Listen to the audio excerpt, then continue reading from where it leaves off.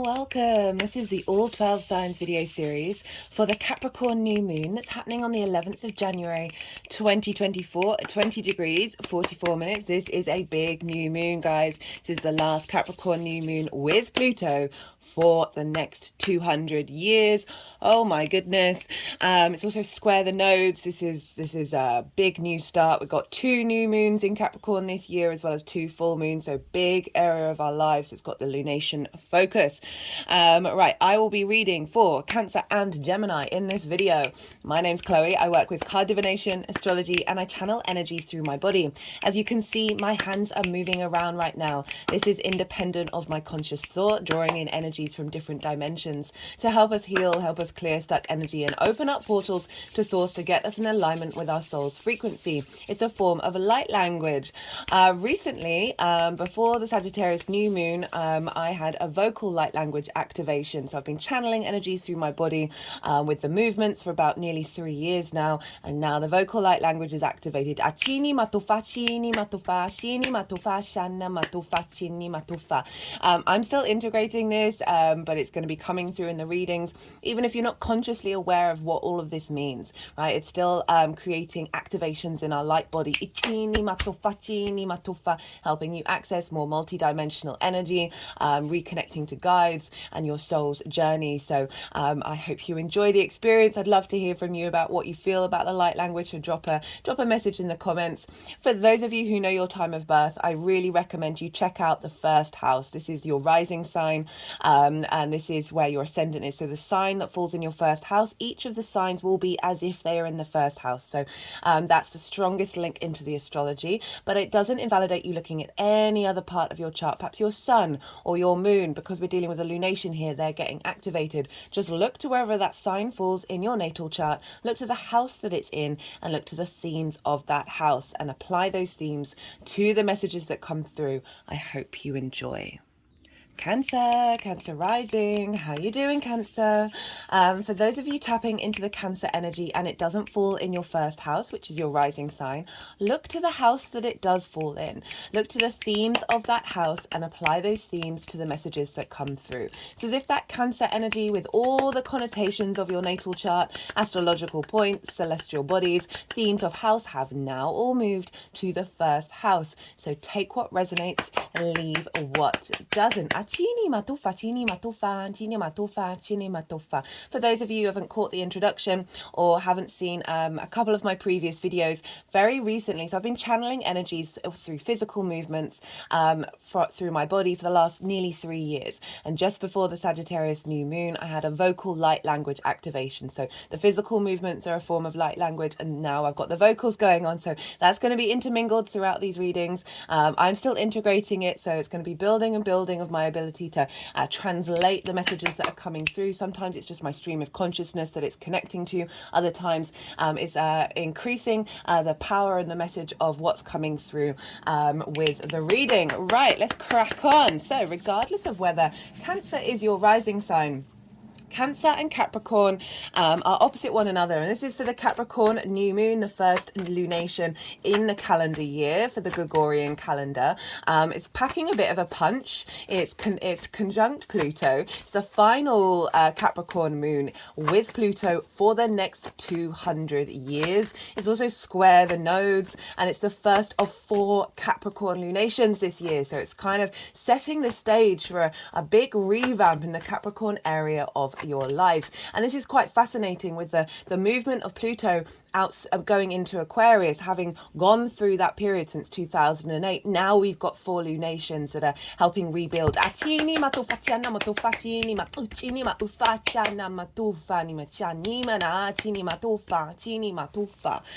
Right, okay, so Capricorn is opposite Cancer. This is an opposition. This is ruled by Saturn, the opposition, and there can be a sense of imbalance when we have oppositions, because we might prioritize one area of our lives over the other. And what we want to do is honor both experiences and have them honor both differences in the way that they work and bring them together to work in the middle and be in flow with one another. This also can see just generally a highlighting opposite where Cancer is. So there's more of a priority there with this new moon, but you want to draw on the resources of your Cancer energy in order to facilitate this new birth. And it's very interestingly, like usually I work with 6-month cycles with the lunations, but the energy of that full moon in Cancer that we had just before the end of the year has been coming through quite loudly, and that was such a beautiful reading. As I said, I work with 6-month cycles, so even if you haven't caught that, you can go and catch that. And the overall message in the collective reading is a very healing, nourishing, but strengthening full moon, because obviously the sun was in the sign of Capricorn, and now we have this new moon. I'm pulling cards for 3 different piles. The first pile is the energy leading up to this new moon. And so this is everything that you've been working with and unfolding over the last 6 months from that Capricorn full moon that we had in Cancer season. And so this is generally like just showing you what's being released, what's being transmuted, where are you at before this new moon, to sort of understand what energy you're working with before launching into this new beginning. The second pile is the energy of the moon itself. As I said, I like to work with 6-month cycles. So even if you're watching this after the event, you're not missing out on the messages, because I focus on what energy download are you getting into your vessel at the time of this new moon that will then unfold over the next 6 months. And the baseline of pile 2 is the collective message that came through in the collective reading. That's already live. That's up already. It's pretty powerful. I pull collective tarot. I do break down the astrology in way more detail. There's quite a lot of astrology going on that's linked in with this new moon. And so it's how those planets and celestial bodies are talking to each other at the exact time that the moon is new, and what that narrative and the energy frequency, the download, the activation codes that have then pouring into your vessel, and then the tarot that will be in pile 2 will be on top of that. So if you want a deeper understanding of what that pile 2 is all about for you, go check out that collective reading. My collective readings seem to have gone from 2 hours down to 1 hour, which is great, because I appreciate everyone's time and energy. As I said, I pulled collective tarot. I talked about the astrology. Also, I'm more esoteric in those. I get to talk a bit more about things of a magical nature, right? And also the soul's journey. And so some channeled messages came through in that reading. We've also got the oracle cards that I always pull before a transit series here on the table. I will be doing a separate oracle reading after I've finished this transit series. Very powerful message that was really linked into the astrology. The astrology is quite wild with this one. I often feel like I'm saying that with every moon, but it's just across the board. It's just levels after levels of activations. And it feels like we're going to get stronger activations this year. Over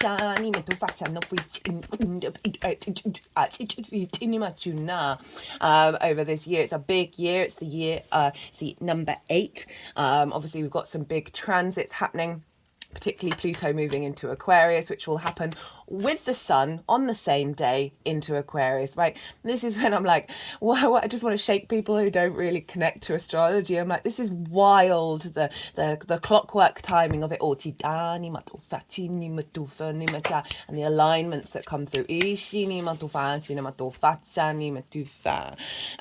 Right, so the second pile, as I said, this is the energy that's downloading into your vessel that will then unfold moving forwards. The third pile is how all this energy is manifesting moving forwards.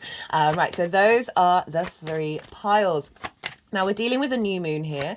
New moons are a renewal of our moon, of our emotional body, our intuition, how our needs being met or not being met, how to nourish ourselves. And this is a great time to plant seeds, because the moon is at her darkest. She's her most receptive. So our unconscious mind is prime for planting seeds with the consciousness of the sun, the vision, the clarity, the purpose, the will, the animation of the sun. And so every time a celestial body comes into conjunction, that's when two planets or celestial bodies are on top of each other by degree.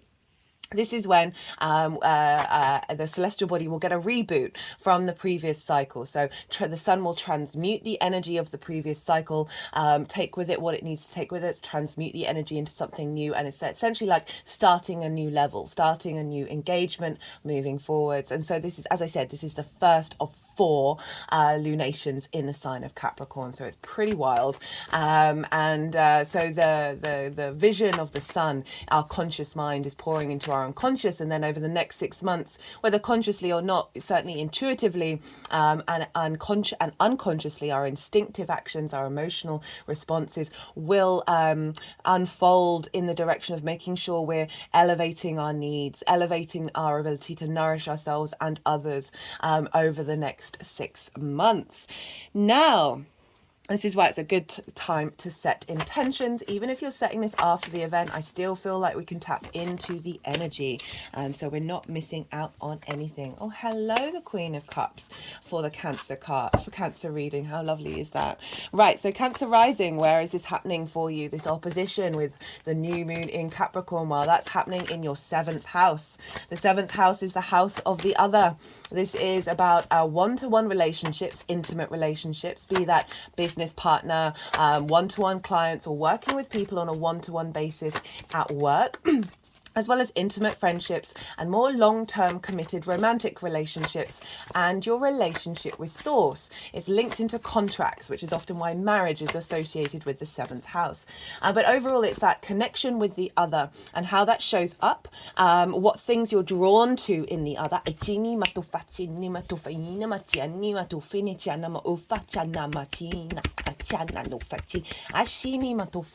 also how you show up, the vibrational frequency that you show up with on an intimate level. Now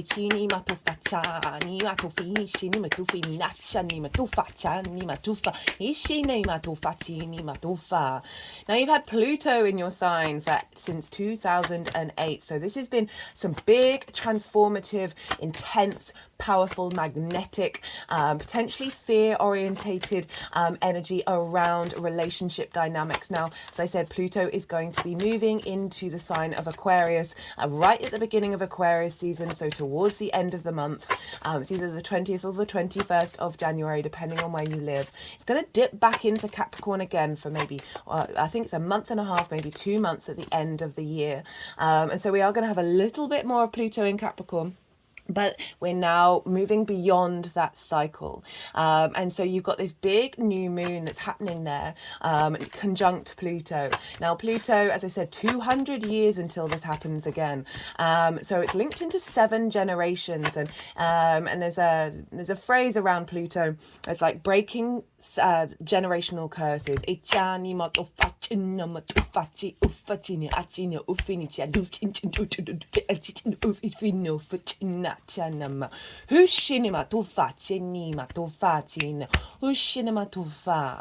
And so if you understand the numerology around 7, it's a very powerful number. It's in a lot of religious texts, and we've just come from a 7 years, so it's a really interesting thing that we've got this shift now into 8. So it's felt like there's a big, heavy clearing around those kind of energies. I use the word curse lightly. I don't really tap those kind of energies. Don't really come into my remit very often. And I'm always wary of using phrases like that because I feel like there's other ways of looking at these things, and I don't want to scare anybody.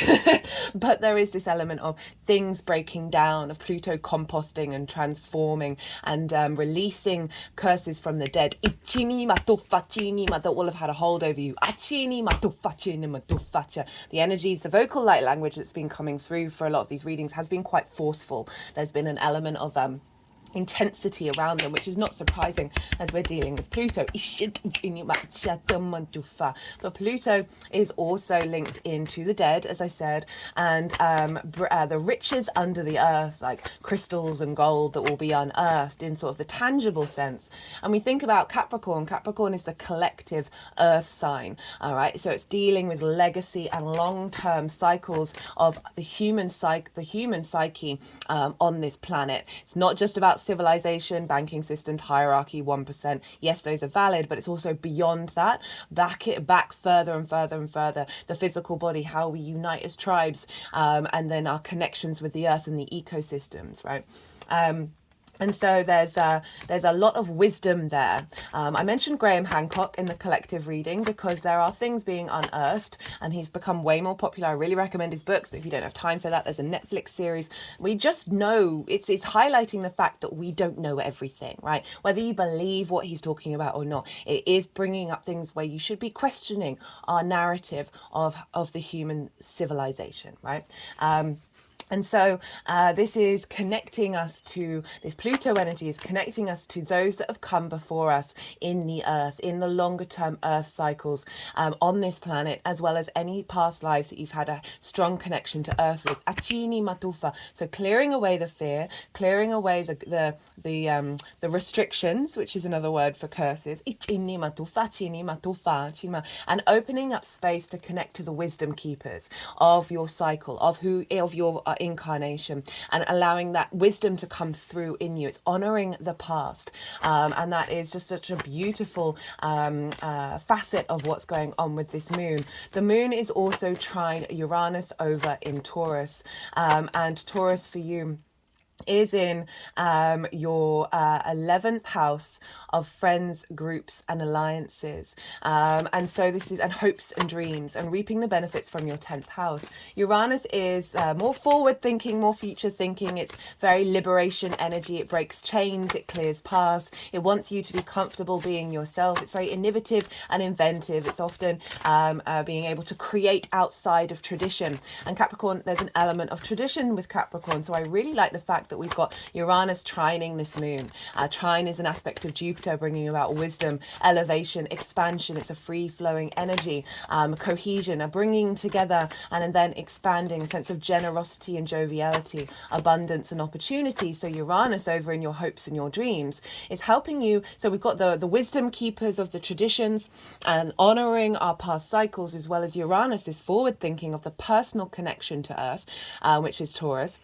And you being able to think on an individual level, thinking forward to bring in new pathways and bring in unexpected ideas around hopes and dreams, and then that's feeding into these relationship dynamic frequencies that are in the 7th house of how do you want them to show up that then facilitate your hopes and your dreams.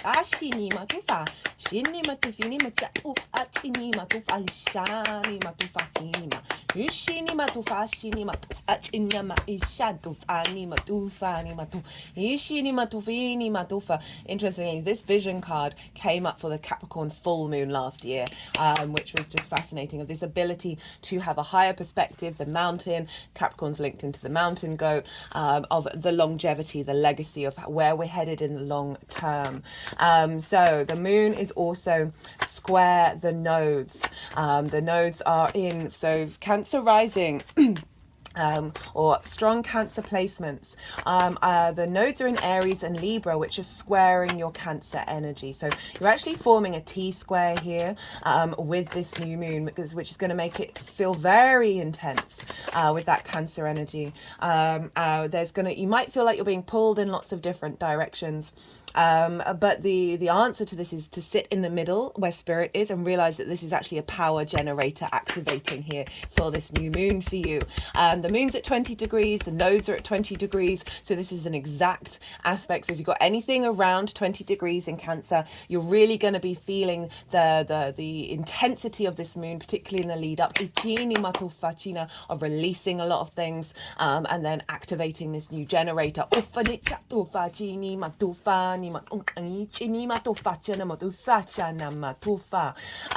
this new moon. Now the nodes are in, for Cancer rising, they're in your 10th and your 4th house. So these are all angular houses. Cancer, 1st house, 4th, 7th and 10th. These are pivot points in your natal chart. If you haven't seen the nodal series that I've done with Aries and Libra, I really recommend it. It's in its own playlist. It's really easily accessible. It's covering the 18 months, the overall theme for the 18 months. In the introductions, I talk about North Node in Aries, South Node in Libra, the two combined, North Node conjuncting Chiron. And so there's big themes there, particularly important for any of the cardinal rising signs, because these are happening on angular houses. Just to get an understanding, you're going through an intense cycle here right now. Then an eclipse cycle that is going to be very transformative. So you really might want to go and check that out. So we've got the nodes in your 10th and your 4th house of where you're headed and your foundational space, wanting to be in alignment with this new moon. So the moons, the transits in Cancer and Capricorn are squaring the nodes, and so they're activating the new beginnings and endings that we have with the eclipses. They're activating and manifesting this nodal cycle. So the fact that this is exact with Pluto is wild. We're really with the Cancer energy. This is the base, the release point, and the transformation and the refinement of energy. We just had that Cancer full moon, which felt really powerful, of refining our emotional responses. And then we have the Capricorn energy, which is like the height, what's being raised up, where are we headed? So the fact that we've got this first new moon there with all of this is just whoo, because they're getting an alignment with that nodal cycle, which is Aries wants you to be independent. This a North Node in Aries wants you to be independent, but not constantly causing conflict, and not being so independent you become contrary, and not being able to seek help. Libra, not wanting to people please, but still bringing social diplomacy and justice to the table, allowing you to be the individual in society. Ashini matofa, chini matofa. So there's this saying, this transformational energy in your 7th house. Great time to set intentions around what kind of relationship, intimate relationship dynamics you want turning up. How do you want to turn up for them? How do they want to turn up for you? What, and maybe elevating what you're drawn to. So often we can have a level of trauma responses around intimacy and our intimate relationships, that we may feel like we're not in alignment with we're responding through trauma in those dynamics, and setting an intention around that can really help elevate, like adding on a longevity. Okay, what's going to serve me in these relationship dynamics moving forwards? That can be a really powerful thing. It's also your relationship with source, so that can actually do an intention around connecting on a deeper level, a more mature, long-term, nourishing wisdom style level with source energy. Is going to facilitate your embodiment of yourself, right? That Cancer energy in the 1st house. And that's how you embody your sun or your moon in your actions and your deeds, depending on if you've got a day or a night chart. And so this is your body, your appearance, your character, and often how other people see you. No, but it's just because they see your actions rather than what's going on behind your mind, right? In your conscious mind or your unconscious or your emotional body. Now let's link this back to the 7th house, because I said we wanted to balance out this Cancer Capricorn energy for you. Now, not everyone knows how you're feeling. Not everyone knows what you're doing and how, who you are. They may be misinterpreting your actions. All of these things you can set intentions around, creating more space for more maturity and understanding and nourishment, and being seen, responding in a way that serves you, being able to communicate your emotions with your intimate partners.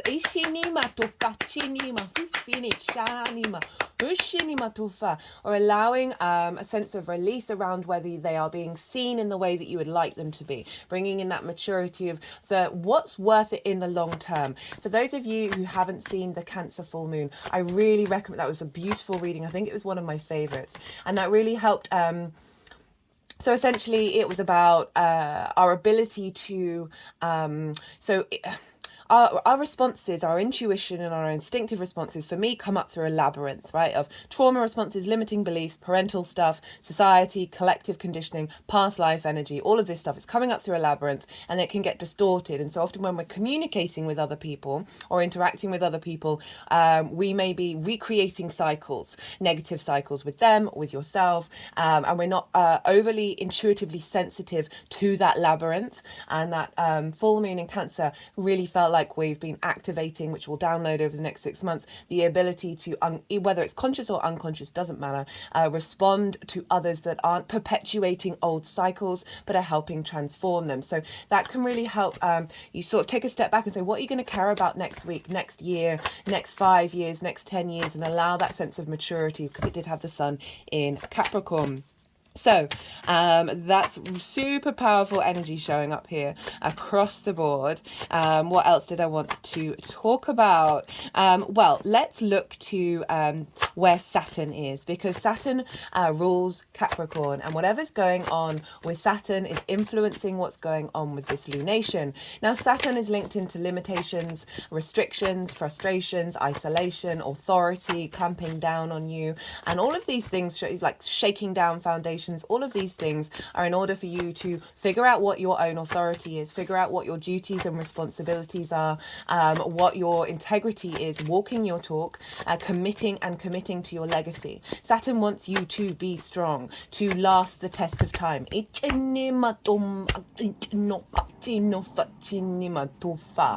And wherever Capricorn and Aquarius are, can take a while to mature. It's usually around the mid-30s that these signs don't feel as heavy in the burden, right? Saturn as that duty, that responsibility, that heaviness. It's ruled by lead, and it's not often until, I mean, every chart's going to be different. It depends on where your Saturn is in your natal chart, who's ruling it, what are in those signs helping stimulate it.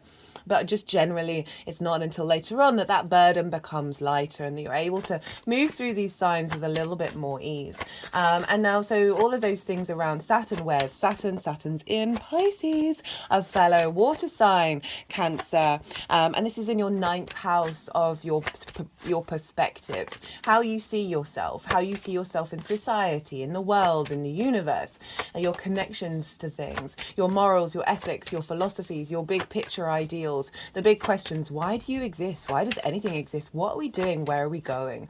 It's how you map yourself out in the universe. It's also linked into learning and teaching. It's more mastering of something, and in order to broaden your perspective and share your perspectives. It's also linked into going and living somewhere for a longish period of time in order to broaden your perspectives. It's often linked into foreign travel, but it can also mean going and living in an environment that is just unfamiliar to you. Now, Saturn's been there for a while. I've done 3 Saturn transit series, again, in its own playlist, easily accessible. As a water sign, and with this trine, I'd recommend for anyone to go check that out, because Saturn can be a difficult transit. If I didn't understand, goodness me, if astrology blows my mind. It's one of the greatest resources that gives me solace and gives me perspective. If I didn't understand what was going on with Saturn in my natal chart, I probably would have got a little bit more irate, frustrated, despair, all of those things. But because I'm very aware of it and I know it's part of a cycle, and I know things move on, and understand the lessons behind it, it's given me a lot of peace. Now, the first transit series was the initial ingress into the sign of Pisces. That one's good for the introductions, because I could talk about Saturn in Pisces, Saturn with Neptune, Saturn in relationship to Jupiter, because Jupiter traditionally rules Pisces, as well as in the All 12 Sign series, I'd have talked about the themes of Saturn being in your 9th in way more detail. So go check that one out if you haven't. The second one was about the retrograde. You might want to revisit that just to see what happened over the summer. And then the final one is still live. This is from when Saturn went direct on the 4th of November, which will be going on until the end of June. So that's a longer term cycle that's still live. Right, so Saturn is over in your 9th, helping you understand, helping shake away perspectives that won't serve you in the long term, helping strengthen your sense of authority around who you are in the world, bringing about a sense of maturity to your perspectives, getting your perspectives in alignment with your legacy, and really helping give a sense of maturity of your understanding of who you are and why you are here. And also, so that is impacting what's going on in the 7th house. So this sense of maturity around perspectives is, again, linking into what I was saying about raising the bar, elevating the vibrational frequency of those one-to-one dynamics that have a maturity to them, have a depth to them, have a nourishment to them. And Saturn is facilitating that, of getting those new frequencies in alignment with your understanding of who you are in the world, right? And helping clear away distortions, about who you are, and then perhaps helping ease certain relationship dynamics where you may have been projecting onto them, or they may be projecting onto you because of your everything's a mirror. This is also really helping potentially getting in alignment with meeting people who are linked into your perspectives, and people who may come into your life to help broaden them.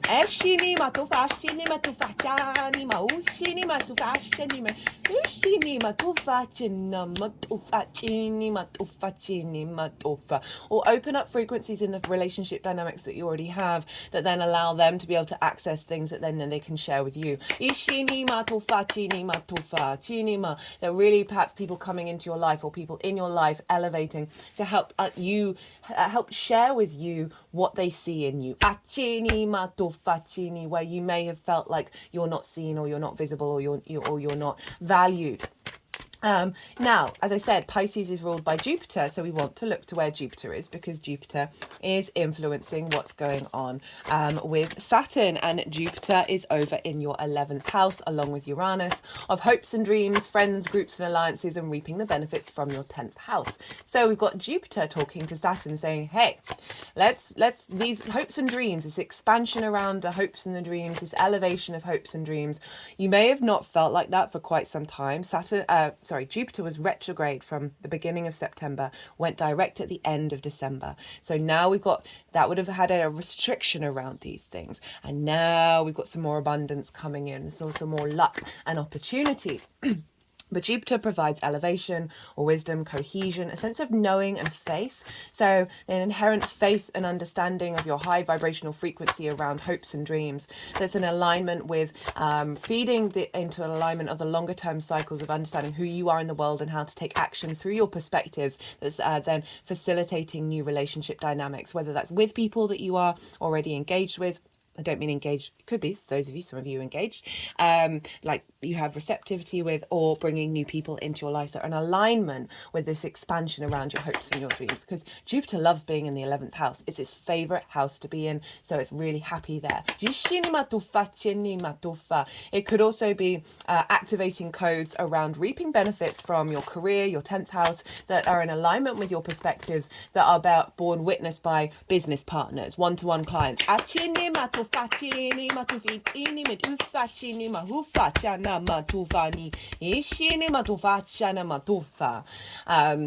So what else?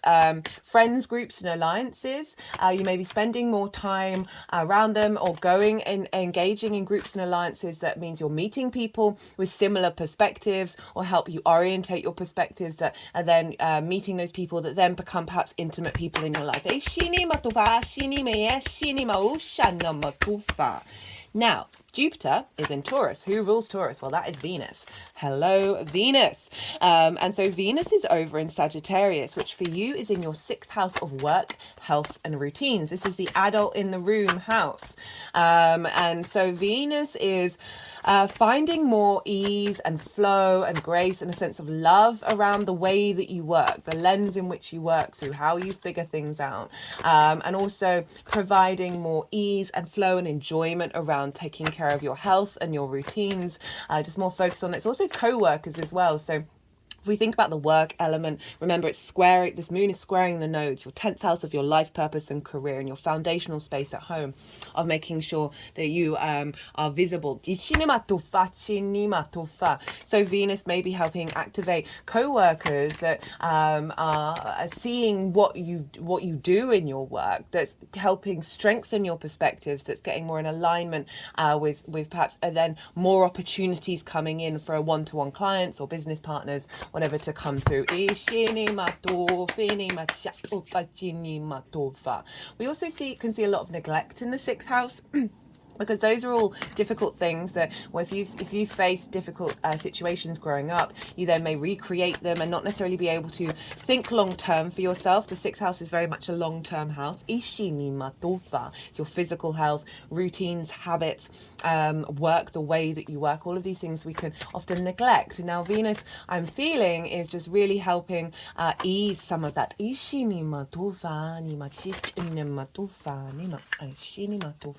And so often we can prioritize other people in our lives and not focus on the sixth house. So moving away from that and setting that free.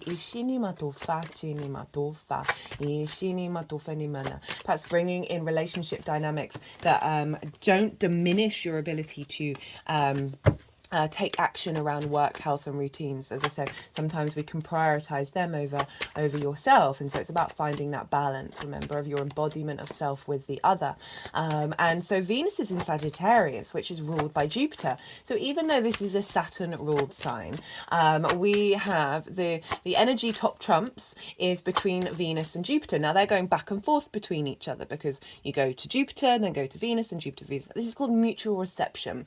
And this is basically they're on the telephone with each other, they're hanging out in each other's realms, and they're like, hey, how can I utilize what's going on in your realm with the things that I want to do, and vice versa. They're in cahoots with one another. I mean, the whole universe is in cahoots with each other, but this adds an extra layer onto that. So we've got the two benefics, Venus and Jupiter, helping us out here with what might be a very intense moon with Pluto, right? I feel like it's helping diminish that, or at least help us understand what that intensity is about and not get caught up in that. But if you do know that that's due down to Pluto, it will pass, and just sit with it and let it move through you. Maybe make it really big and feel it and honor that experience, and then let that pass through you. Ishini matufa, shinima, ishini matufa, ni metufa, ni matufa, ishini malima, chini matufa. And so we've got the two benefics. They want to help us out. They really want us to feel good in this world. There are yet more yes planets than no planets. And so this is a lovely combination with a very intense astrology, with that square the nodes, conjunct Pluto, and with that activation of Uranus. And Uranus can be quite disruptive energy because it's shaking down the old structures, right? Right, so I went through the astrology quite quickly. They're still shuffling, which means there's still some cards that want to come out.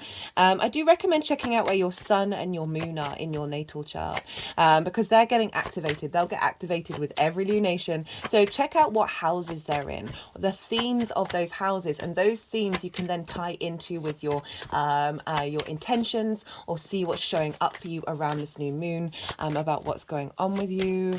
I do want to just say Mars is in your 7th house.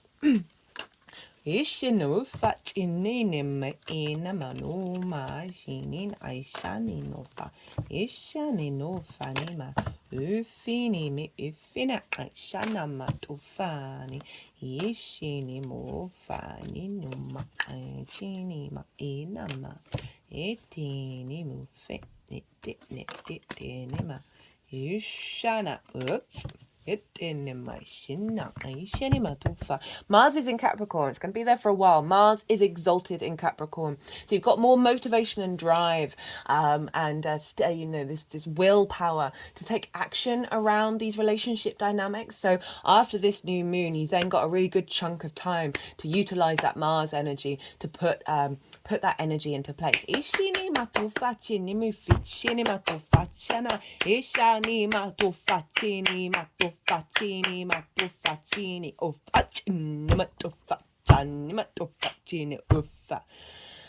Right, we just had the Yang Day action side of the reading, all the stimulation, all the go, all the extrovert, the outward movement. And now we are going to have a bit of yin, night, rest and digest side of the reading. I am going to soften my mind and go consciously quiet. Let the energies move through me. They're going to want to do some physical and vocal light language. They'll move the cards around, and then they'll put them back into the 3 piles. And then I'll bring in the tarot into the astrology. I call you to soften your mind as well. You've just had loads of information. Let that all settle in your unconscious, and then see what intuitive hits come up for you in relationship to this moon.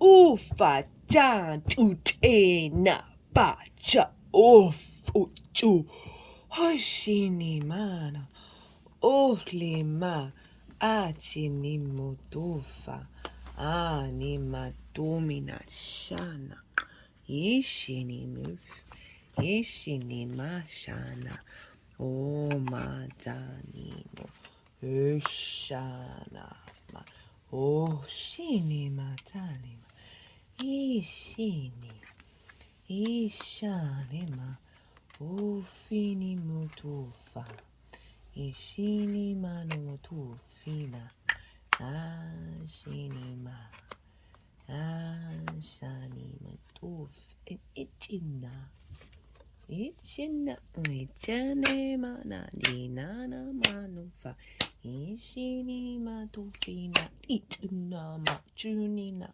ishini tuna tutini metufa ituna Panacha, Ichinima, Tufachin, Achano, China, Isho, Fachana, Ishinu, Finima, Intum, Chinamo, Chino, Foot, Ichina, Hutchenima, Tufachina, Ichanima, Uficha, to Nuf, Ishinima, Ishinima, Yanima, Hushana, Batufa, Chanima, Chana, Shatinima, Hushana, Chana, to Chinima, Fachano, Facha, Hufashinima, Tufa, Isha. Tufa cinema, tufa cinema, e cinema, tufa cinema, tufina, cha, e cha, na, ofina, a, cha, na, ma, cha, ni, ma, cinema, cinema, e cha, ni, ta, na, e cene, tufa, cha, ni, ma, cinema. Cinema to fina chin chin chin chin fit it chana chani to chani chi cinema cinema cinema cha hufshina ishina cha ichana tufana cha chana chino chino cha cinema to fa cinema to fa cha cinema to fa cha cinema to fa cha na chin tum chin chena to finish no na china foot chena cinema hoshani to fa china Ichena manu pa chani dana dana tu fa chin shati chatina ina ichana manu fini jini ni ma to mo tima tina ina hufina jani ma to fa chino vishena Ishanama, Ushanama, Tofa, Icha, Aina, Tofina, Aina, Tina, Tofa, Oishina, Tofa, Nichinima, Dichinimufa, Jinima, Tum, Janina, Ishinuma.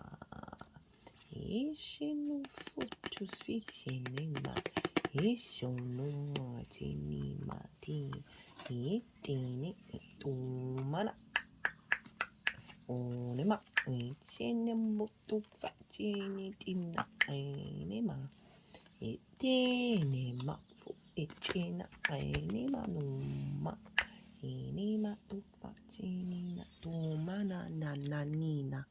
Ichini mutuma, ichini mituma ni jana no fushana ufana ichini mana ichini mana ishini mo fashina anchini ma fushano mangini ma tofa chini ma jani ne na ma to ini na ini ma to Hushit ichini ma to fa chini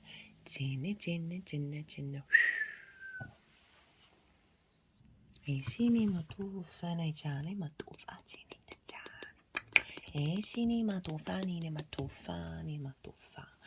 Right, Cancer. Well, there's some big energy showing up here for you in the tarot. Not surprised. It was kind of like this with both Capricorn and Libra. All the cardinal signs are kind of like, whoa. We've got the devil, this is Capricorn, so very appropriate this is shown up. We've got the 10 of swords, the 10 of wands, big karmic clearing energy going on for you. 7 of pentacles, the hanged man, and the 6 of pentacles. So this is the lead up to this full moon. So this is usually from the Capricorn full moon last year. It may have come up a little later, but just over the last 6 months trajectory, what have you been working on? What's been going on? What have you been transmuting, right? In order to then reboot with this new moon. And this shows that you have been working through some heavy stuff. Right, so across the board we've got Capricorn, we've got the devil right at the root of it, so sort of highlighting this Capricorn energy for you. And this can be feeling there's two different ways of reading the devil card. It is about fertility, it is about earthly power, and this was Christians turned the god Pan, and as well as many other sort of pagan horned gods that were used in for fertility around sort of Beltane. And all of that energy of like bringing that sort of the yang masculine fertile energy back into the earth, of that taking action. It's a very powerful symbol of bringing things into manifestation in the 3D world. Now, because it's come with these cards, right, I'm going to read the more traditional response of working through that which has had a hold over you. There's a lot of addiction, there's a lot of difficulties with the devil card, of falling into the pit. I'm getting the phrase blame game in my head, or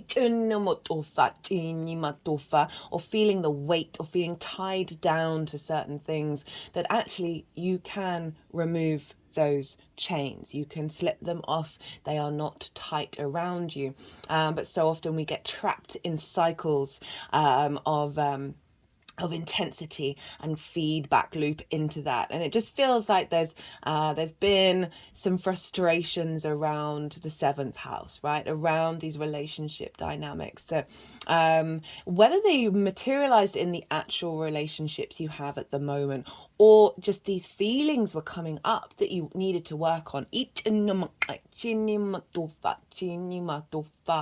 so often sometimes we'll get little triggers that aren't that big, but then help us reflect on why do I feel like that? Why do I feel so intensely over something so small?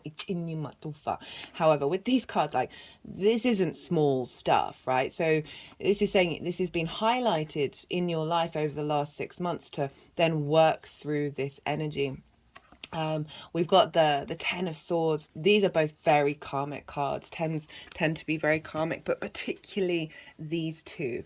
And this is about, you see here, all the swords are along the spine. So much karmic energy is stored in our spine. And so this is so often when we have back problems. It's a very emotional thing, right? I can't remember the name of this amazing book about back pain. That supposedly when people read it, I've not read it myself, but I've heard a lot of good things. When they read it, their pain dissipates. And there's like, so our Kundalini energy runs along the spine, right? The energies that I channel with the physical movements on and off over the last 3 years, their favorite thing for them to do with me in terms of physical activity is like do unwinding with the spine and do spinal action. The root of my spine was just shaking then. And so this is about betrayal. This is about feeling immobilized. Words, ideas, thoughts, things people may have said to you that you then feel like you're stuck in that relationship dynamic, that you cannot move, you cannot be, you have no agency.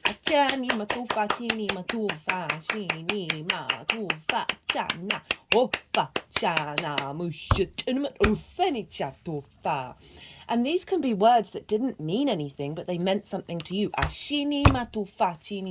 Remember, I talked at the beginning, Cancer. Not everyone knows how you're feeling. Not everyone knows the depth that you may be feeling something. They may be completely oblivious. And all those little things may have caused these pains that have felt immobilized. This also can be linked into feeling betrayed in relationship dynamics, of not feeling supported, of being sort of put down and stagnant energy. You see here this hand symbol. This is the same as the Hierophant, as well as the same as the Six of Pentacles. You see here? Right, let's move this up. They've both got the same symbol. And this is the benediction. This is a blessing. This is the bridging of the night and the day, that which is below and that which is above,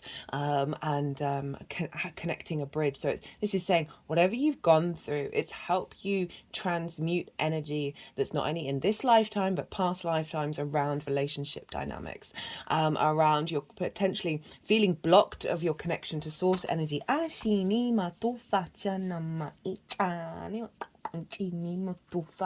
Of many lifetimes of I talked about Pluto and the curse word and that this is so since that full moon we've been working through a lot of wounds around that, and not only to do with your lifetime but past lifetimes.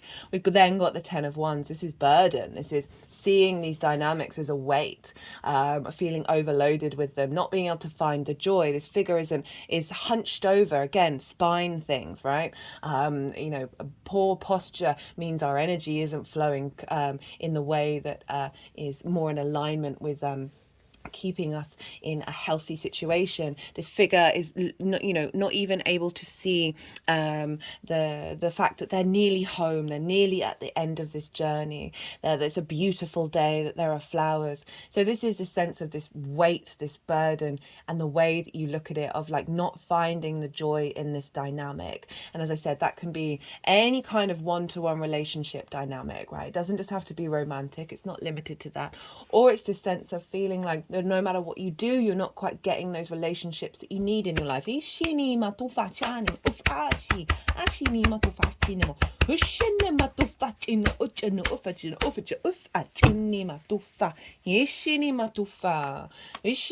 may have taken on a lot of responsibility in these relationship dynamics that aren't, responsibility and hard work, wonderful things, but it's how we look at it, right? And this figure isn't there isn't a lightness to this card. There's a heaviness, but the power behind the being able to hold this energy and transmute it is phenomenal. So I'm not trying to diminish any of that sense of burden. It was just it's all about perspective, right? Think about Saturn up in your ninth house of changing perspective. It's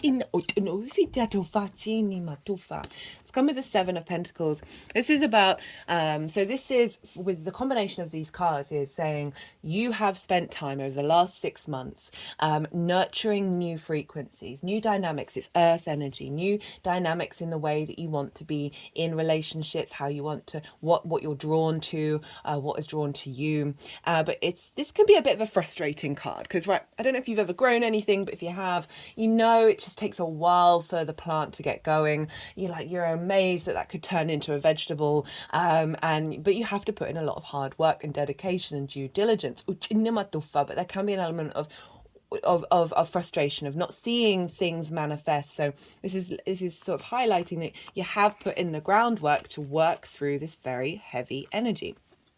And it's come with the Hanged Man, which again is about perspective. This is also limbo. So this is sort of really reflecting on the fact that this energy needs some time to work through, and that's okay. We can be very impatient. And the Hanged Man coming through is saying it's allowed some space for you to be able to do this.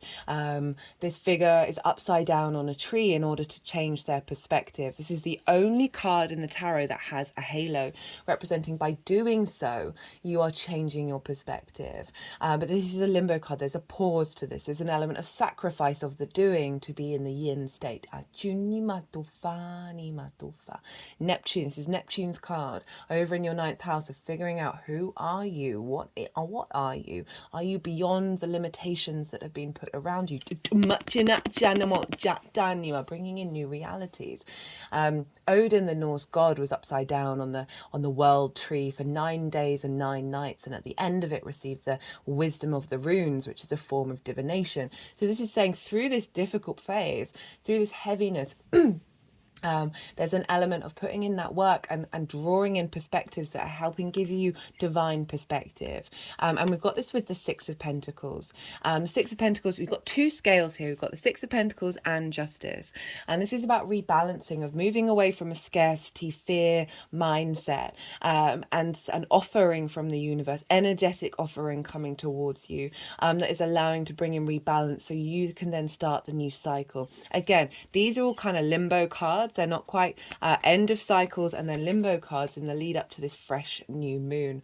And if we think about that ninth, the ninth and the 11th house I talked a lot about meeting people, being valued at work, and working dynamics, clients coming in. So there may have been some difficulties around that, of your perception of it, right? And maybe overworked or something, that you've been working about how to navigate how you deal with those things, and it's paying off. It takes a while. It takes a while to change perspective. Some people out there can go click, bam, change perspective. I certainly know a few of them, and I'm in awe of them. They have there's usually Uranus involved with Mercury strongly, or the Sun, very independent, like let's get on with this, let's do this. And we've got Uranus trine this moon, so there's a real sense of like, let's break out of those cycles.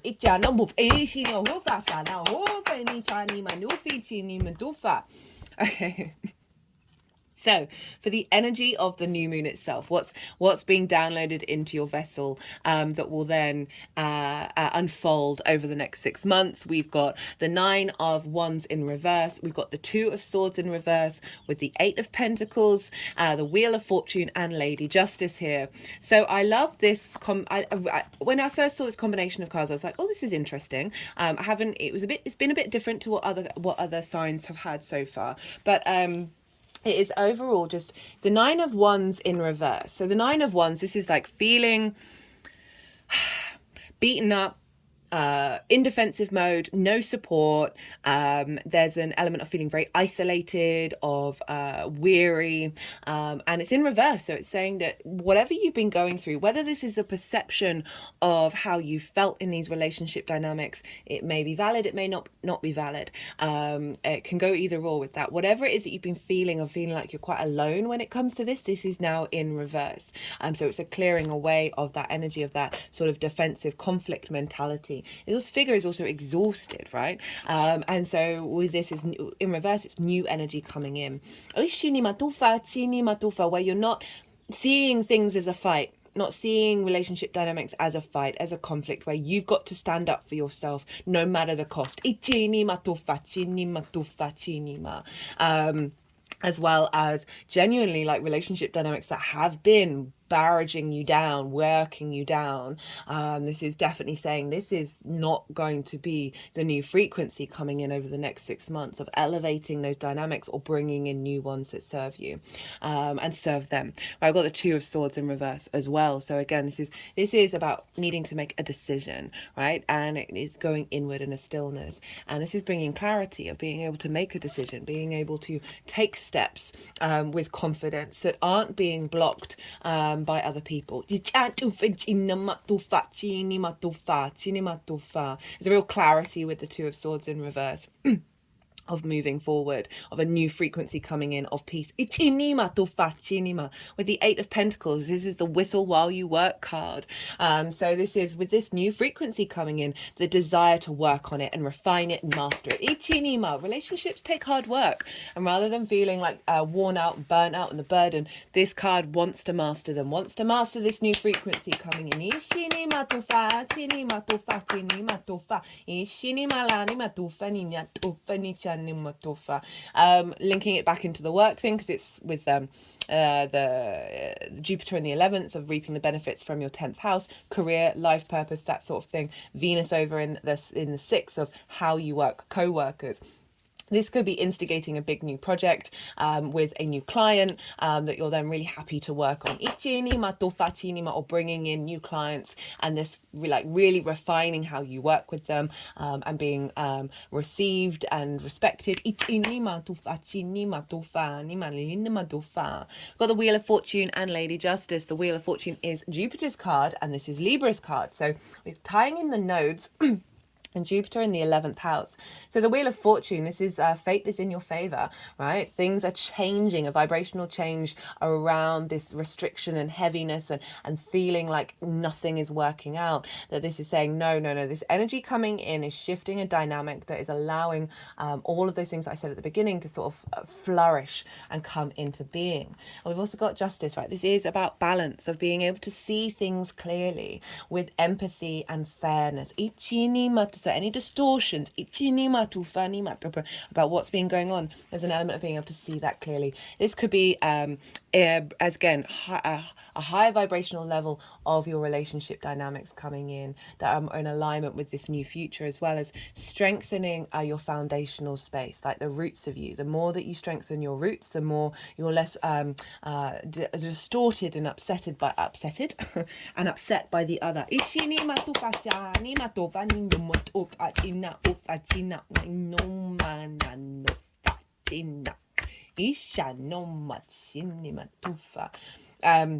If I already said it, I apologize, but Justice is linked into contracts, right? So perhaps bringing in a relationship dynamics where you're committing, right? Committing to these new dynamics, they're committing to you. New work contracts, relationship contracts, but this element of balance coming in with the self and the other. Okay, so how this energy is manifesting moving forward. I love this. We've got the Queen of Cups and we've got the King of Swords. So this is one of your cards, Cancer, the Queen of Cups. She is so serene. She is sitting by the edge of the sea. There isn't a wave on the ocean. There isn't a cloud in the sky. Your perspective is getting broader and wider. So this is how this is manifesting moving forward. And the serenity, she can see far into the future and she is still calm. So often we can get very much in the present in a way that isn't healthy, right? Because we can be fixated on things that in the long term aren't part of our journey. And with these cards showing up, there's clarity of the King of Swords, the vision, the ability to see clearly, building on that Justice card and take action on this clarity. And just bringing in a relationship dynamic or people into your life, or you in these relationship dynamics that's more intuitive and more has more clarity about what's going on, rather than the heaviness of the previous karma. Also more nourishing and higher vibrational level energy coming in with your relationship dynamics.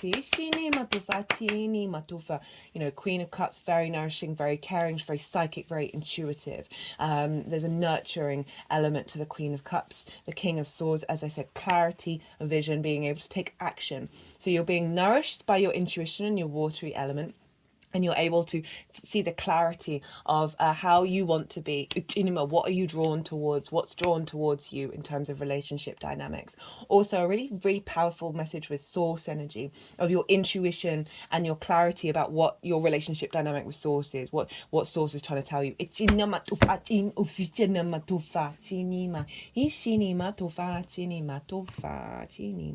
Just cut the deck and got energy and flow.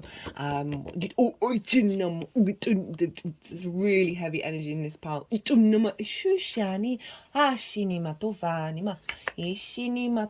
Just being more comfortable being yourself as well. Cut the deck and got the World card. Renewal, rebirth, reincarnation, celebration. This is Saturn's card. We've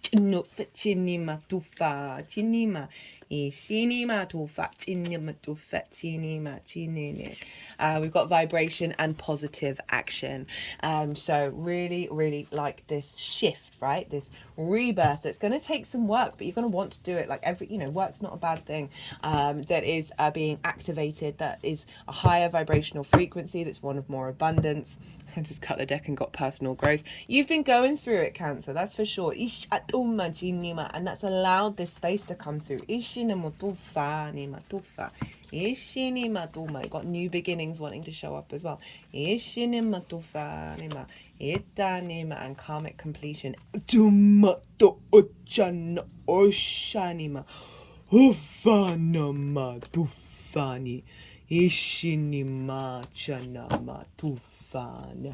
Ishinin and pride. Gonna leave it on that one. Pride in yourself, but not pride where you're puffing yourself up and prioritizing. I don't know, how do I explain this? Just being able to see the nuances around you, that is allowing you to not be affected, your pride in yourself not being affected by other people. And that can often, when it is, we can then puff ourselves up, and there's an element of the sort of the tantrum of a toddler, because they're really in their emotions, right? And so this is moving away from distorted pride, and I'm not surprised with all that heavy energy, if that's what you've been going through, that can feel so heavy and so overwhelming, so burnt out, that we're just that trigger hair away from exploding. And seeing others as not respecting you or whatever it is. I just feel that with this is shifting, like whatever's been going on, of allowing you more space in yourself, more strength in yourself, that is facilitating these one-to-one relationship dynamics, that bringing in that maturity, and that sense of softening in yourself, that and peace.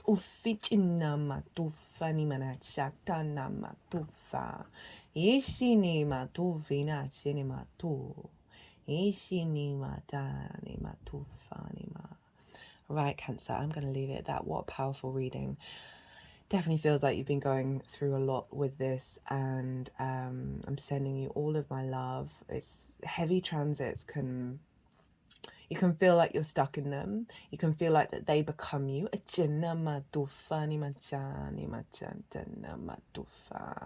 And this is we're moving on.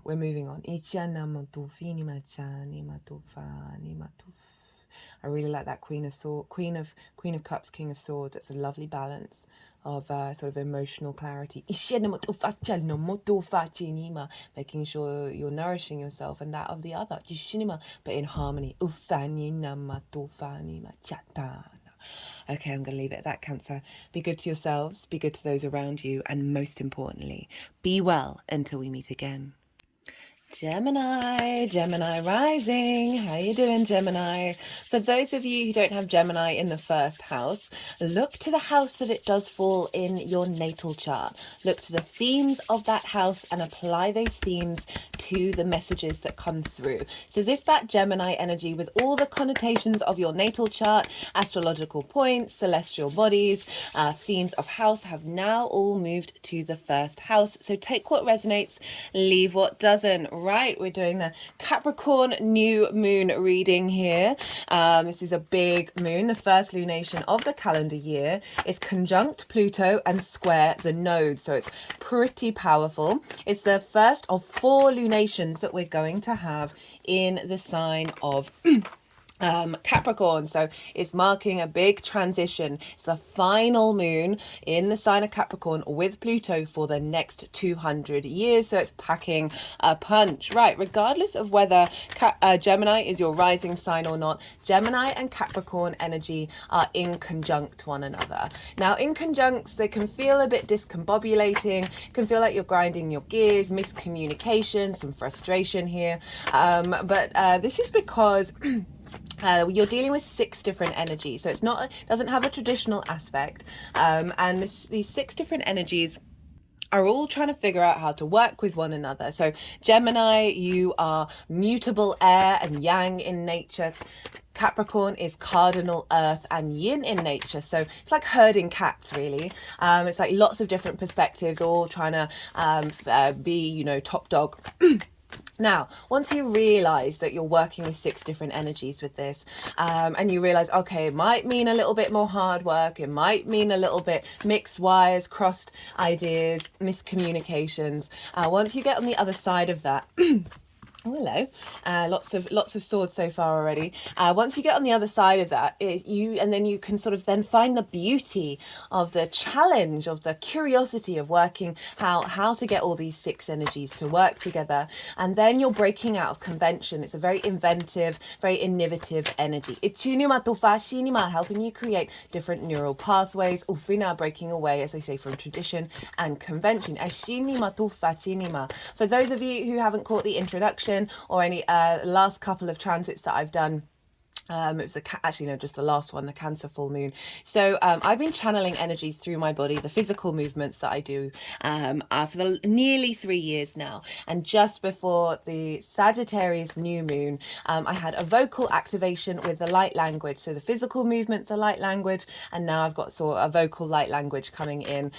So bear with me with it. I'm still integrating. Sometimes I'll get words in my head linked into translation. Other times they're just responding to what I'm saying or doing their own thing. And even if you're not consciously aware of what's going on, it doesn't invalidate the downloads that you're receiving, the upgrades, the activations in your light body that the light language brings in. So do bear with me with all of this. It will be popping in throughout the reading. Ashini matufachana matufachani tanamufini achani malufachana matufani machatina. Ashini matufachini matufashini matufufani cha. What was I going to say? Oh my goodness, it's completely dropped out of my head. This is what happens when you're channeling a lot. So I'm still integrating it, as I said. So yeah, it's all part of the experience. Right. Okay, let's crack on. I'm pulling cards for 3 different piles.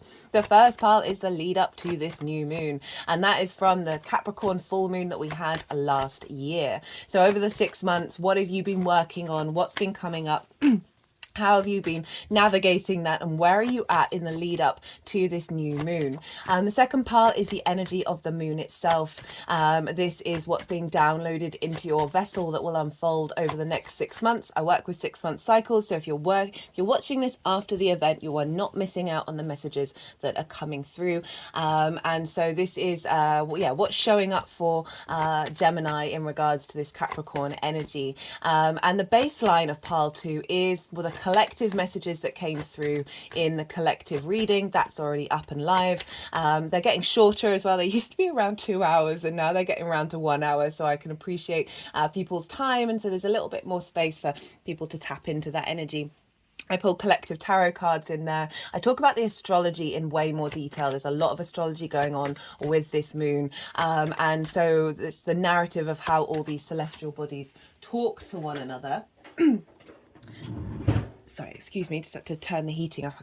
I've got, it's not quite Raynaud's disease, but where like the ends of my fingers, the temperature has dropped here in the UK quite significantly yesterday.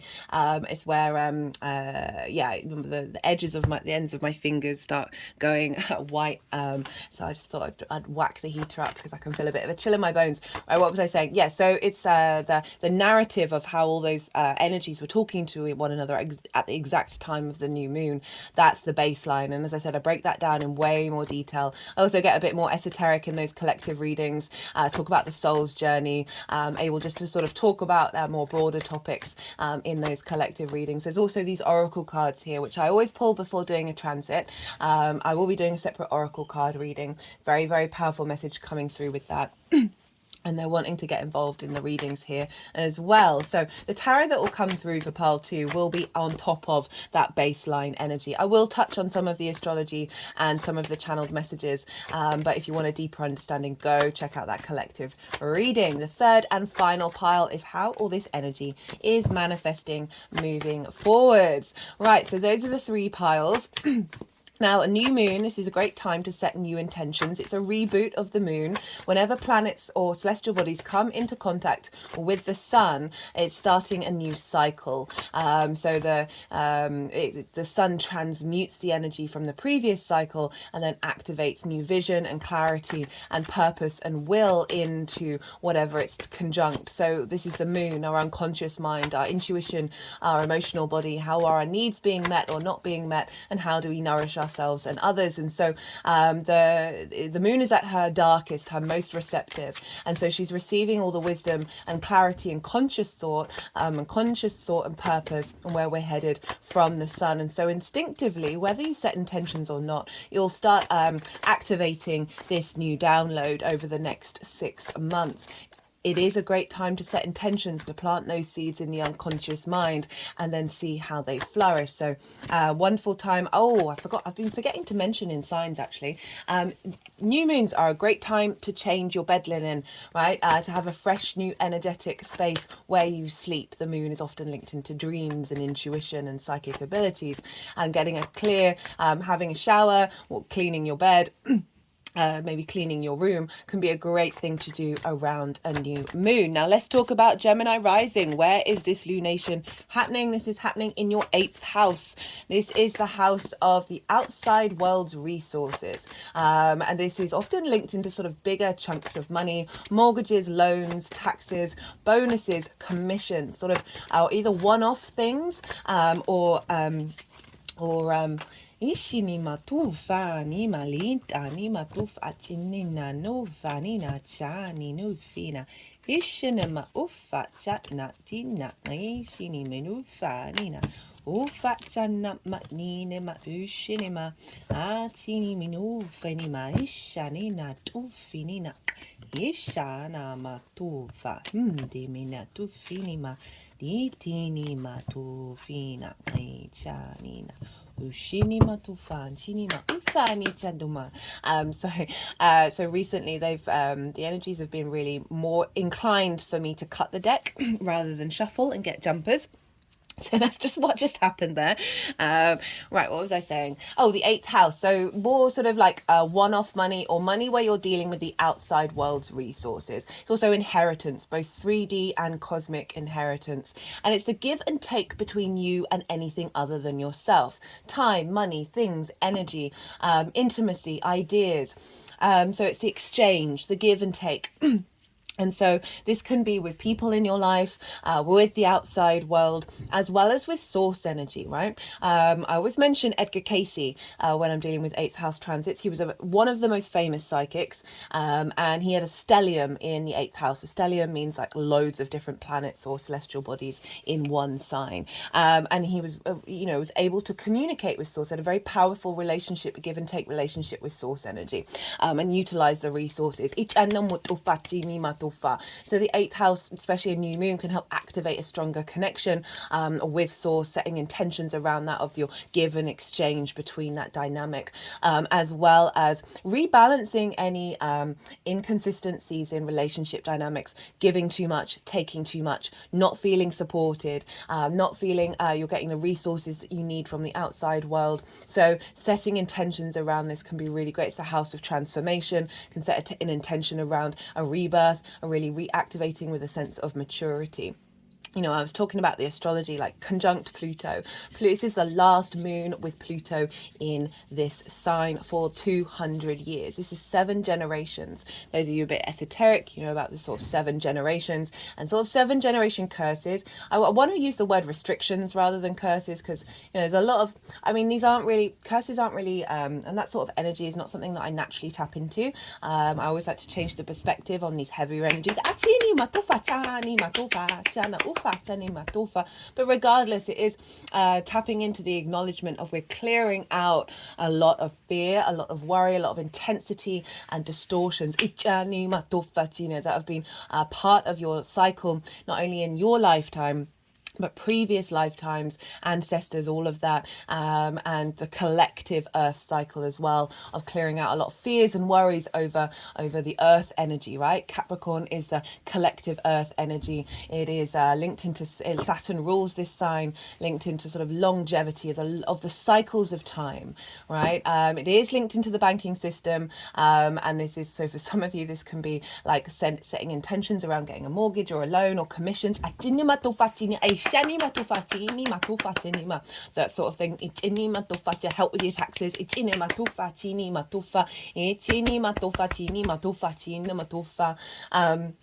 And so that Pluto energy is clearing out a lot of these things that we've had worries over, and then creating space, right? Pluto's linked into the dead and also the riches under the earth, of like uncovering things, bringing things up that were hidden. So it's in the collective reading, it very much felt like we're clearing space to then allow space for the wisdom keepers of earth to come in and help provide wisdom in our embodiment of this incarnation. I mentioned Gray and Hancock in the collective reading. Whether you agree with what he says or not, he's certainly allowing us space to question our narratives. And I see Capricorn more as those longer term cycles of the human species, not necessarily civilization as we know it, but certainly those longer cycles, right? Breath work, the nervous system, our connection to the ecosystem that is Earth, that we are a part of it, and being more in alignment with that. So you can set intentions around the resources of the wisdom keepers coming in and helping facilitate the give and exchange between you and the outside world. As I said, clearing out lack mentality, and opening up abundance that serves your long-term legacy, right? Saturn is due diligence, responsibility, a sense of there's a heaviness, there's a commitment there, and there's integrity and the desire to tap into your legacy. This is, Saturn will come along and stress test foundations and put up restrictions and put up levels of authority in order for you to work out what is your authority, what is your strength, making sure your foundations last for the next 30 years. So we've got this big activation, this big new moon happening. It's square the nodes, and so the nodes are in Aries and Libra. I've done a nodal series for them. They're in their own playlist for the 18-month cycle, like the overall themes. So if you want a deeper understanding of what that nodal eclipse cycle is all about for you, the introductions have I break down North Node in Aries, South Node in Libra, the two combined. The nodes are going to come into conjunction and opposition with Chiron shortly. I think it's in February. I'm terrible with dates, which is hilarious for an astrologer. Time's happening all at once, guys. So this is squaring the nodes exactly by degree. Now, any activity in Cancer and Capricorn are bringing things into manifestation of what this nodal cycle is all about. So the Aries wants us to be independent, but not seeking conflict, because we've got Chiron there. We've got Libra that's wanting to move away from people pleasing and strengthening inner justice and social peace, while still holding that Aries energy, while still being able to be your independent, autonomous self in a social group. Now that Cancer energy, we just had the full moon in Cancer. That's usually, I don't work with the full to new moon to full moon in different signs. They're themes, they're more short-term themes, but I work with a 6-month cycle. But this Cancer full moon that we just had is really loud in this one, really, really loud. And as I said, work with 6-month cycles. So if you missed that, go check it out. It's still relevant. It's still part of this nodal cycle and this Cancer Capricorn axis.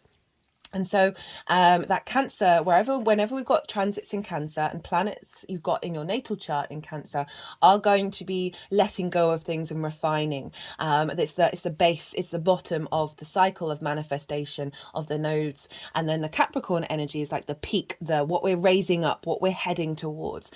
So we've got this new moon that's the peak of activating. Squaring is manifestation, long-term manifestation energy. Bringing things into being and activating in the 3D world. So this new moon is very powerfully linked, not only just in general to the nodes, but it's exactly square the nodes. So it's activating your Aries and Libra energy. And Aries for you is in your 11th house of hopes and dreams, and Libra is in your 5th house of your creation energy. This new moon is activating those themes, Creation energy can be linked into pleasure, joy, children, birthing things into the world, amusement and play, and children's inner child as well as actual children. And the 11th house is your hopes and your dreams, friends, groups and alliances, and reaping the benefits from your career house. So that's all feeding in, bringing that into balance is feeding into your relationship dynamics and the resources that you're receiving from the outside world and the support that you're getting from source. That's part of this longer term cycle. There are 4 lunations in the sign of Capricorn this year, so this is a big activation time for this area of your chart. As I said, you may give too much and then take loads, or you may take too much and feel resentful, or not give too much and feel resentful about not getting that in return. It's all about codependency as well. It's all about bringing that into balance that serves you in the long term. Now, not only that, this is making a trine to Uranus over in Taurus in your 12th house, your hidden house, your house of mysteries, where anxiety, grief, isolation, depression all lay, right? The trauma responses, the limiting beliefs, these ideas, these constructs of who we are in our unconscious space, not just the mind, but all that which we are unconscious of in this human incarnation, right? We've got many layers and not just the mind. So that 12th house energy, Uranus moving through there is liberating a lot of bonds, clearing paths, breaking chains of what's stopping you from being your unique independent self. And so this, underneath all of that, is the magic of who you are, the hidden, the occult, that isn't that which isn't seen. So another very magical house along with the 8th.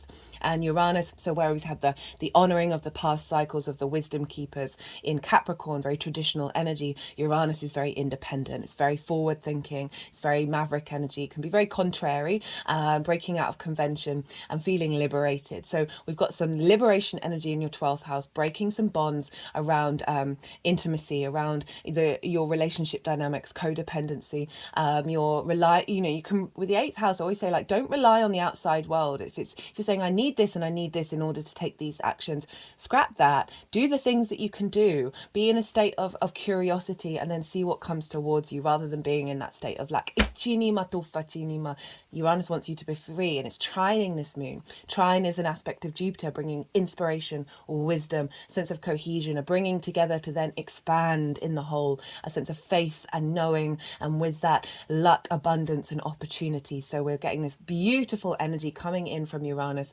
feeding into this moon of saying, honouring the past, but where are we headed in the future, and creating a sense of liberation. There's lots more astrology with going on in this chart, so do check out the collective reading. As I said, I want to touch just briefly on the fact that we want to look to where Saturn is. Because Saturn rules Capricorn, and Saturn is in the sign of Pisces. So whatever's going on with the ruler of a sign is impacting the signs that it rules. Now, Saturn is over in Pisces in your 10th house of career, life purpose, how your visibility, how the outside world sees you, your reputation. Saturn in the 10th is a very pivotal house, right? It's an angular house. For those of you who have not caught any of the Saturn in Pisces series that I've done, I really recommend. There's 3.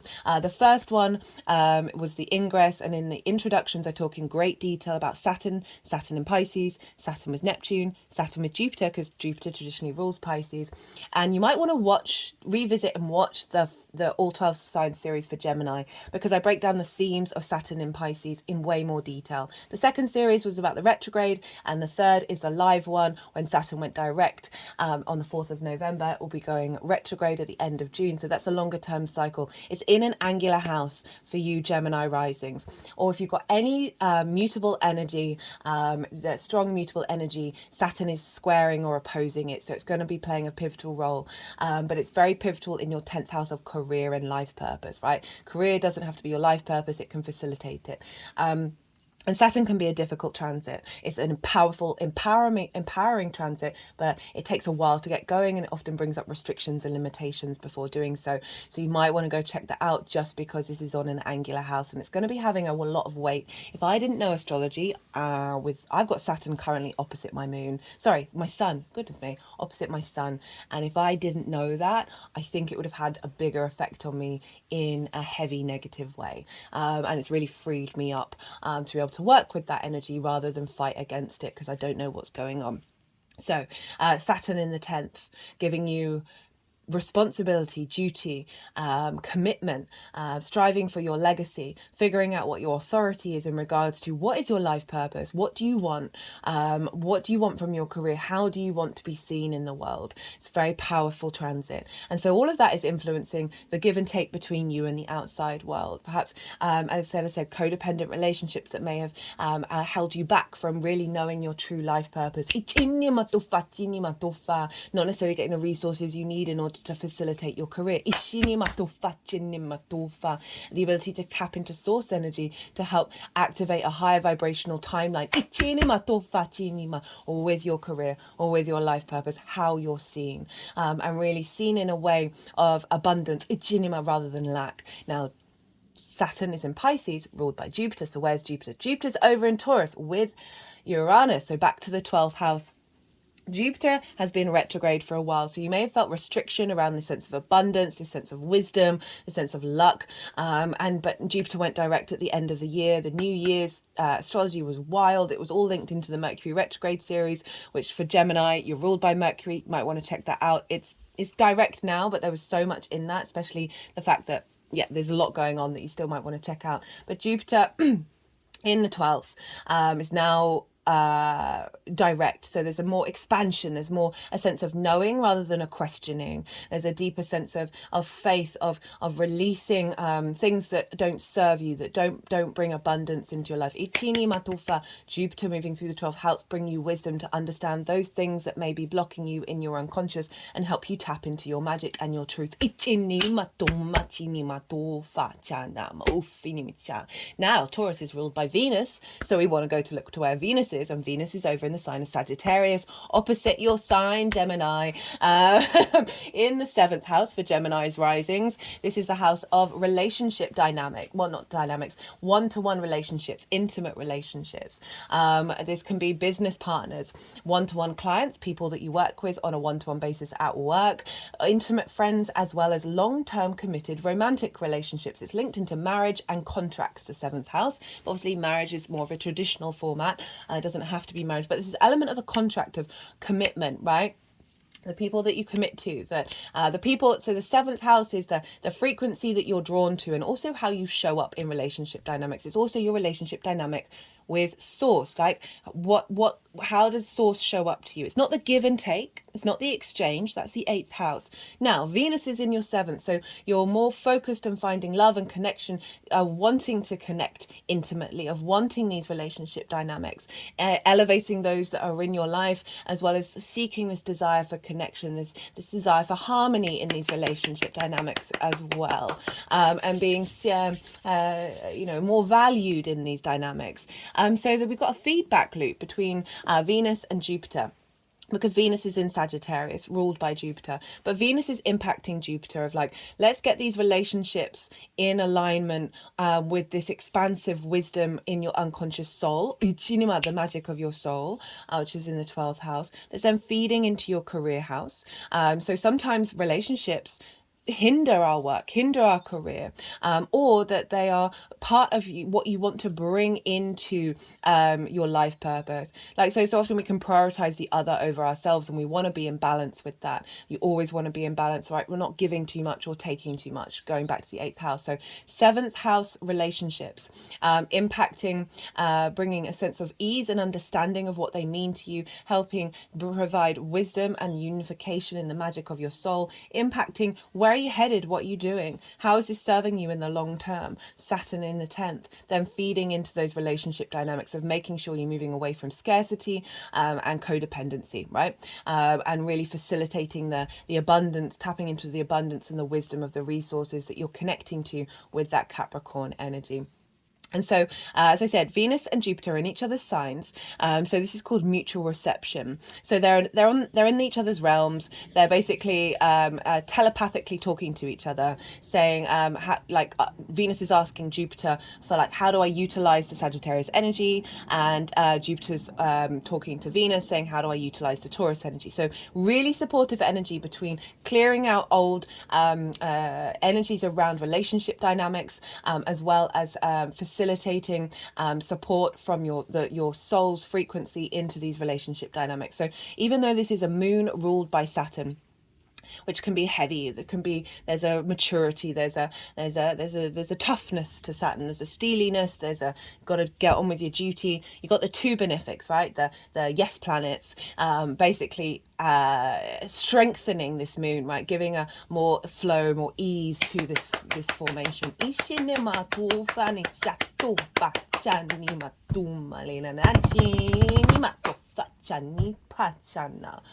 Right, so that's pretty much everything that I wanted to say. I recommend checking out where your sun and your moon are in your natal chart. Look to the houses that they're in and the themes of those houses. You might want to apply those themes because they're getting activated. They always get activated with lunations. You might want to apply those themes to whatever intentions you're setting around the new moon, or be aware that those themes may be playing a part in everything that I've just said as well, that make it a bit more personal to you than this general reading. Right, I think all the cards that I've wanted to come out. Okay, they're saying they want more cards. Hello. Jana. So I said hello because the magician is your card. One of your is Mercury and rules your sign, Gemini. Right, okay, we've just had the Yang Day action side of the reading, and all the stimulation, all the go, all the extrovert, and now we're going to have a little bit of yin, night, rest and digest. I'm going to go quiet. Well, I'm going to go consciously quiet, and soften my mind and let the energies move through me. They'll do some physical and vocal light language, which is why I was like, I'm not going to go quiet, but and they'll move the cards around, and then they'll put them into the 3 piles, and I'll bring the tarot back into the astrology. I call you to soften your mind as well. Let all that information settle in your unconscious. Don't try and overthink it, and then see what intuitive hits come up about what kind of intentions you want to set around the new moon. What do you think this next 6-month cycle is going to be about?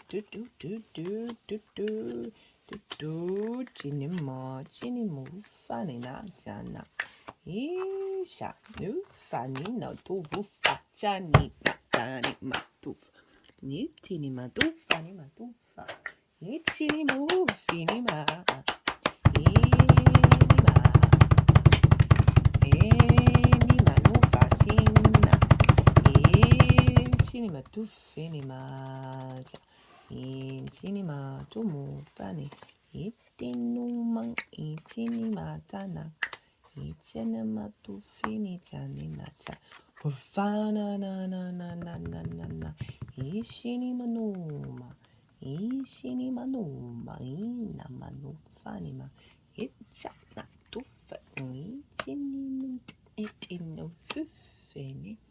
Itini malena. Itini matufana. Ishini tini nina. Ina manumina. Ini manuma chenna matina. Itene matufa. Ichenna matufinima. Uppani na ina. Itene mintufinima. Tufchinina. Ichannu matufani nala doma. Ina chenna matufini. Ichani tufini. Tinne. You've got 3 kings, Gemini. Goodness me. Uffin. Chini mina. Chini matufa china aina. Itini no mina na. Oh mina na. Uffina. Uffini na pufa china. Chini minufa. Itina matufa chani. Itani matufa. Itenima tufana. Ichachana. Ichini chichufinima. Itinima tufina aina. Itinima tufachinina. Itinima na. Ichinima nufanima tuficha. Itana aina.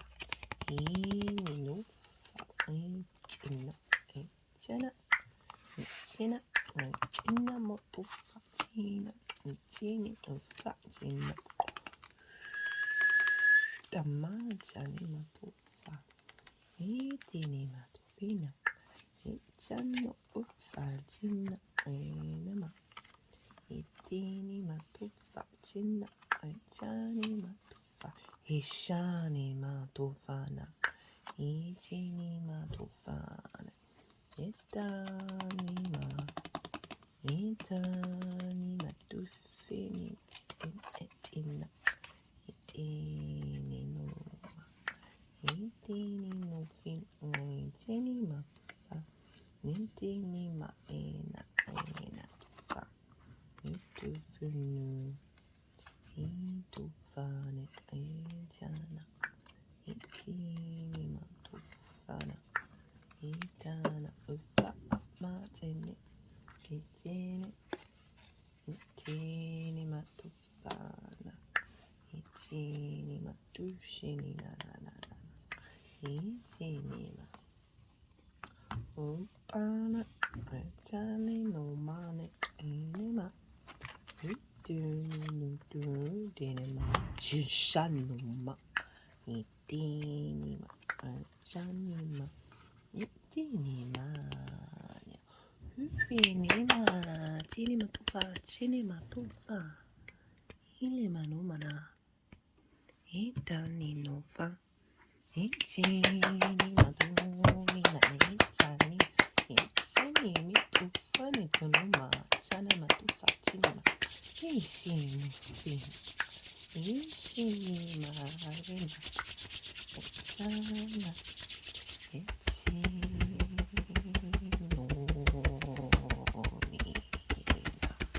Ichinomoto Finima Nichinimato Ichinimato Finina Ichinimato Achatu Fina Adufina Machana Ufinima Nematuma Ishana no Fachana Echinima Tufanima Cha. Well, Gemini, we've got a fair amount of cards here for you on the deck. Right, so the lead up to this new moon, we have the 10 of Wands, the 7 of Cups, the Tower in reverse, and the 8 of Pentacles. So this is from the full moon in Capricorn last year. This is what you've been working through and clearing out. And we got the 10 of Wands. This is big sort of burden of feeling like you're carrying a lot of weight in perhaps the relationship dynamics, of feeling like there's a heaviness of lots of responsibilities, of not being able to enjoy the abundance that is the 10 of Wands. Ichini matufa, chini matufa. Or just feeling like you've got a lot of duties and a lot of responsibilities, and you don't, there is this feeling of not feeling supported and not feeling safe, but you are nearly home, right? This is the end of a cycle. This is a very karmic moon because of the conjunction with Pluto, of releasing a lot of burden around the give and take between you and the outside world, right? There's a lot of strength with the 10 of Wands, like the ability to hold those 10 wands and keep going, but it is exhausting. It's not finding the joy in life, finding the joy in those relationship dynamics. As I said, perhaps you're doing a lot of the heavy lifting, or you're carrying a lot of excuse me, sorry, I just had to pause as I had a tickle in my throat. What was I saying? So of doing a lot of the heavy lifting, and also your perspective around relationship dynamics, right? So relationship dynamics are work. They take effort. They take responsibility. And rather than seeing that as a burden, seeing that as a weight of like figuring out how to move through that energy, that actually like putting in the hard work is worth it, right? But it's the process and how we do it, right? When, you know, this figure is hunched over, they can't see the flowers or the beautiful day, and this card for me is always about finding balance between those two. Either way, it's like this heavy load. A lot of weight of responsibility, or just feeling burden when it comes to these things, and not necessarily knowing how to navigate it. And we've got the 7 of Cups, and this can, you know, I don't often read the traditional way of looking at this, which is not being able to make a decision, of like seeing lots of different options, but that's what came through quite strongly, especially with this idea of what burden looks like, and what hard work looks like, and whether you're willing to put it in. That there's this element of not of the, you have all these cups here, right, of all these choices of routes and directions that you can go with how you embody yourself in the way that you emotionally give and receive.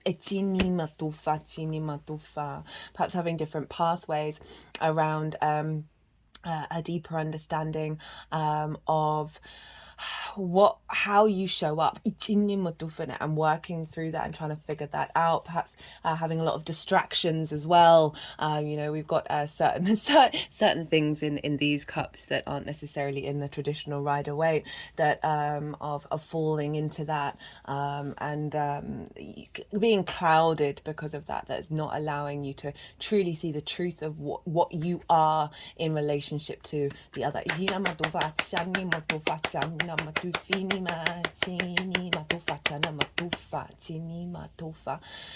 It also could be having lots of different opportunities as well, and like not being able to see clearly about which path to take, which resources to connect to. What does intimacy mean to you?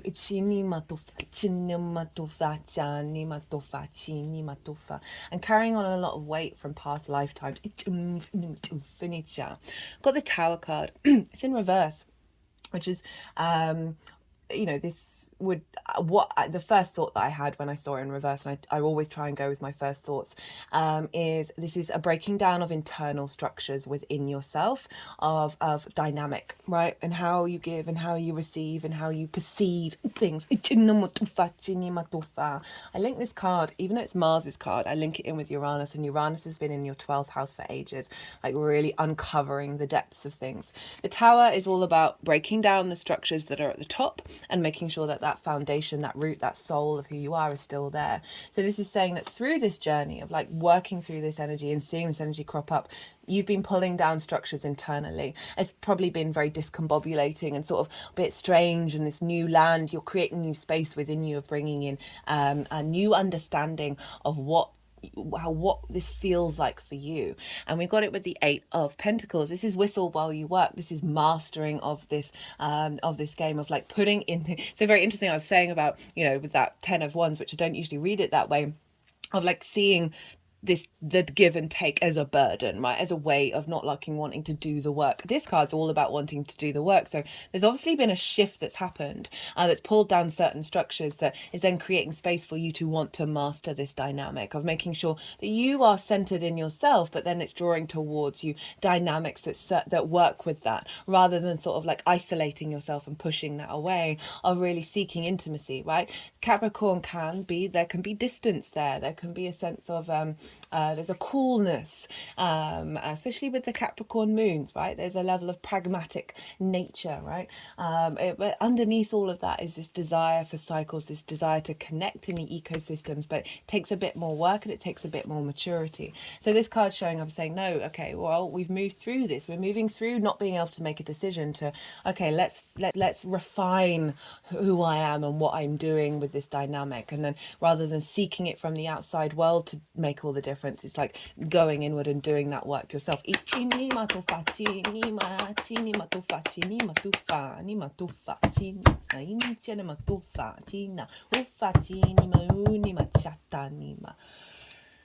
how many cards you've got for this one. That's a lot. This is a lot.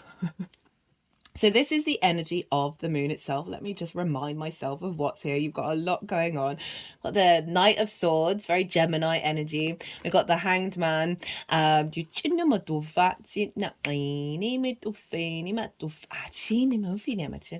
Man in reverse. The Wheel of Fortune. The Magician, also one of your cards. The Devil, which is Capricorn. Oh, missed one. Four of Swords. The Devil, which is Capricorn energy. Two Aces, Wands and Pentacles. And then the Three of Wands. Now, there's a lot of cards, but you can see the message so very clearly. Okay, Knight of Swords can rush in, can be very fast on its feet, can maybe jump before it thinks, right? But also the other side of it, the clarity of truth, the embodiment of the vision. So this is the energy that's downloading into your vessel that will unfold over the next 6 months. So a new frequency that is running to your protection, championing you, Gemini, of in alignment with this being able to fly high, a higher perspective of this frequency. Jinima coming in, the Hanged Man in reverse. The Hanged Man upright is pause, right? Receiving divine wisdom, new perspective. Upright, it is moving forward with that wisdom, right? That cultivated wisdom, that higher frequency, and being able to apply this new perspective that's coming through into the way that you move forward. With the Wheel of Fortune, we're no longer burdened.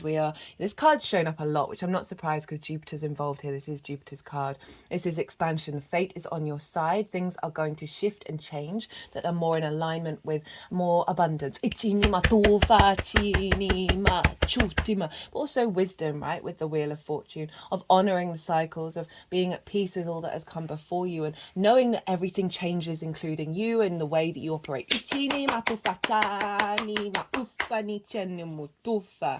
With the Magician, you have all the resources you need. So with the 8th house, I always say, like, don't focus on needing something from the outside world in order to do what you need to do. Try and do all the things that you can do by yourself, and take those steps, rather than being codependent on the outside world, right?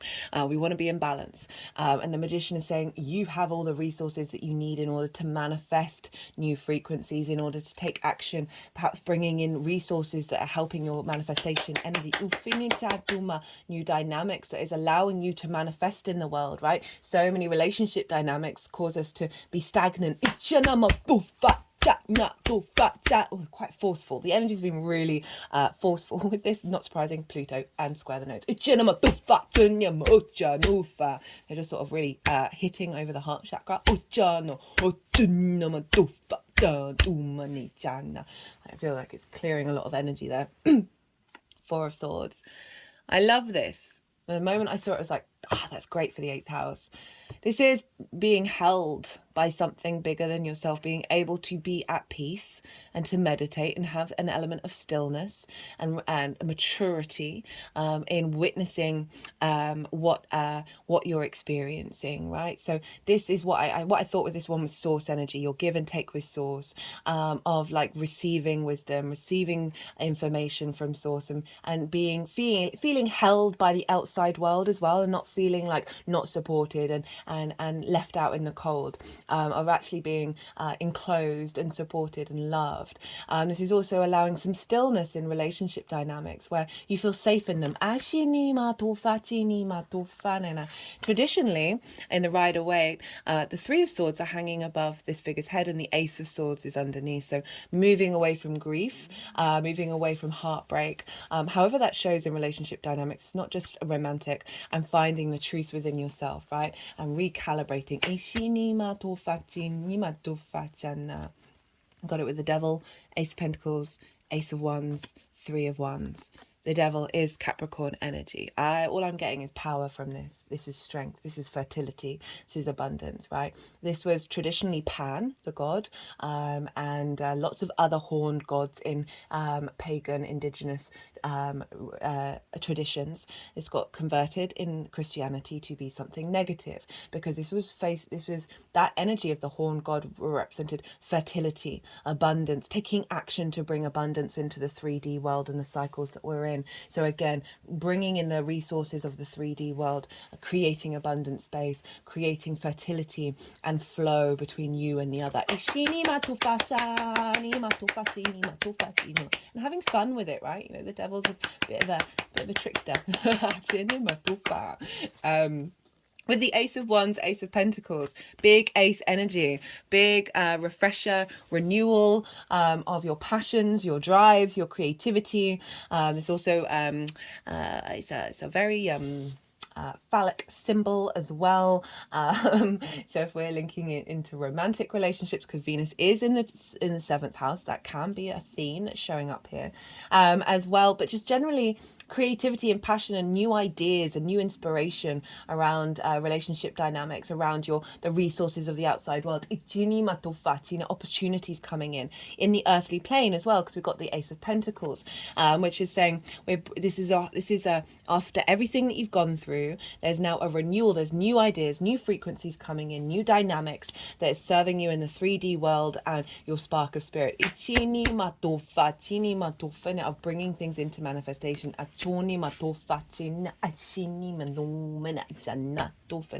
The Three of Wands.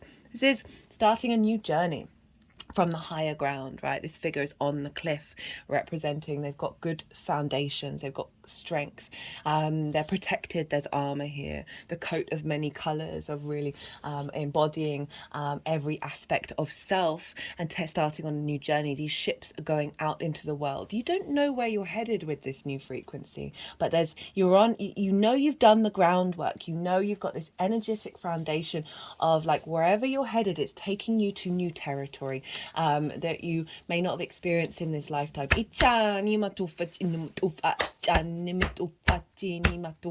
All this wand energy is making me think of Aries, your hopes and your dreams, and Venus over in Sagittarius, of those one-to-one relationships, whether that's a new business partner that helps facilitate your career, whether it's new clients coming in, or stronger connections to your intimate relationships, right? Whether that's friendship or romantic. You're starting a new frequency that's allowing that give and take to be more fluid, is what I'm getting, is to be more less reactionary and more part of a longer term cycle that is nourishing this new beginning. Okay. Oh, here are the three kings. We've got the King of Swords, King of Cups, King of Pentacles, with the Knight of Pentacles, Nine of Cups, and the Six of Wands. I've just got the carol in my head of the three kings. King of Swords, King of Cups, King of Pentacles. This is sovereignty times three. Mrs. Maturity. Duty, responsibility, or sovereignty. Authority.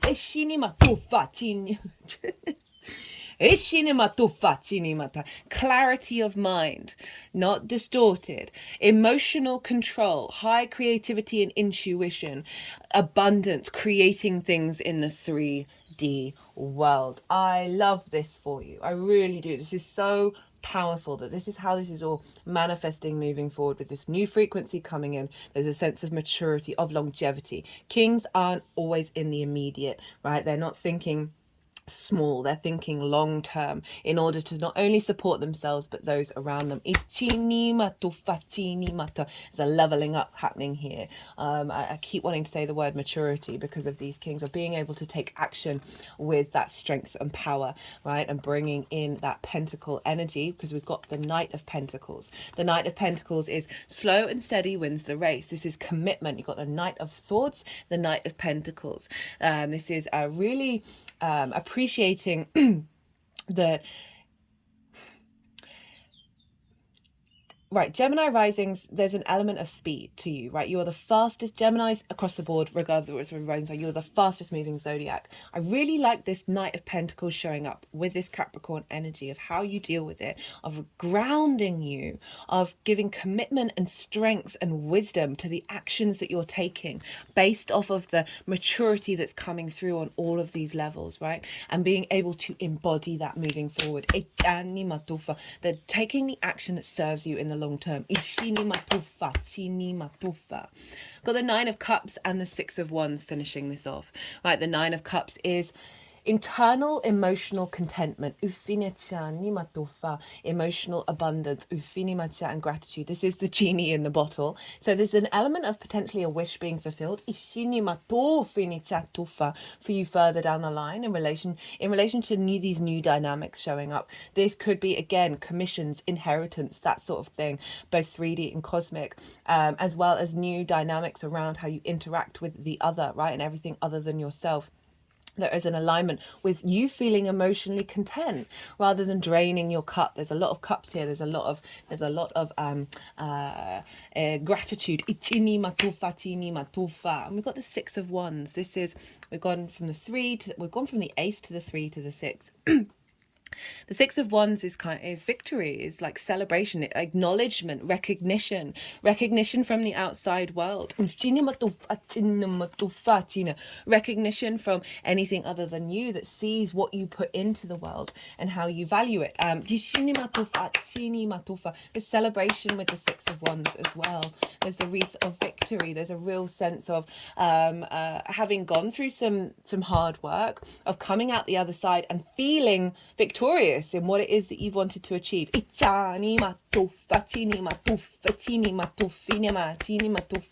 still an element of responsibility with this, of like taking on something that may have been out of your comfort zone, and applying yourself to it and then seeing results.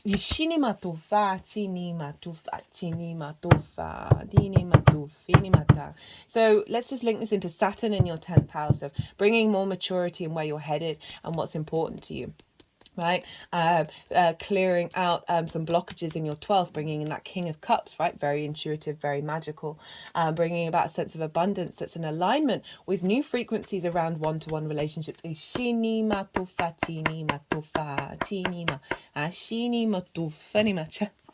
Just cut the deck and got the World card. It's happened almost every reading that I've done so far. Renewal, rebirth, reincarnation, celebration. We're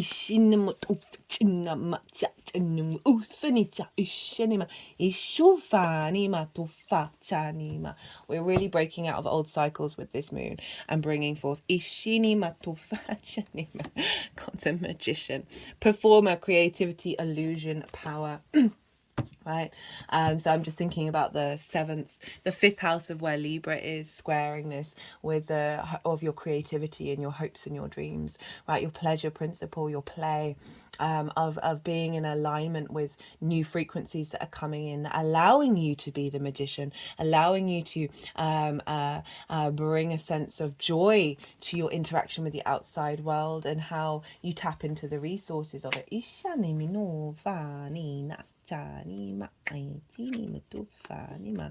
They wanted the Sun card, freedom, nature, free-spirited, innocence. Getting back to your true nature. Perhaps there's been some jadedness around relationship dynamics.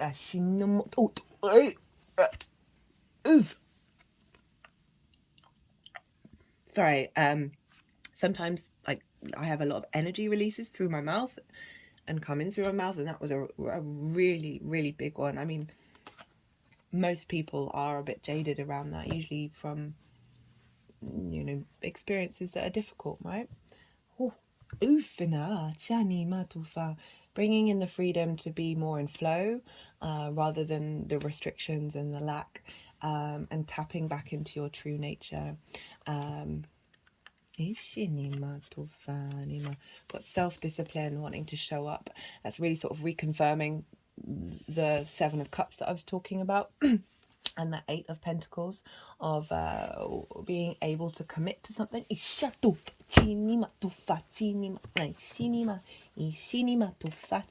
Got the Adventure card. Let's do a shuffle. Let's do a final shuffle. Spirituality, that connection to source energy. Finding deeper meaning. In dynamics. Got completion. As I do that, cut the deck and get karmic cycles. Right, let's do one more shuffle. I'm enjoying this reading. One more shuffle for you, Gemini.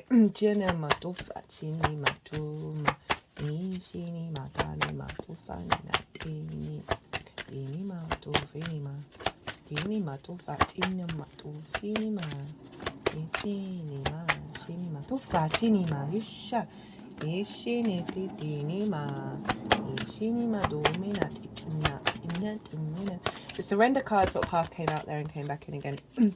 And it's when it's making me think of that Four of Swords, of just finding some peace within yourself and surrendering to what's going to happen.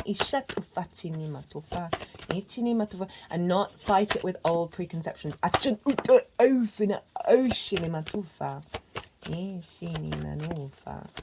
Interesting that Adventure card has come out a fair amount in these readings, which I've not noticed in previous transits.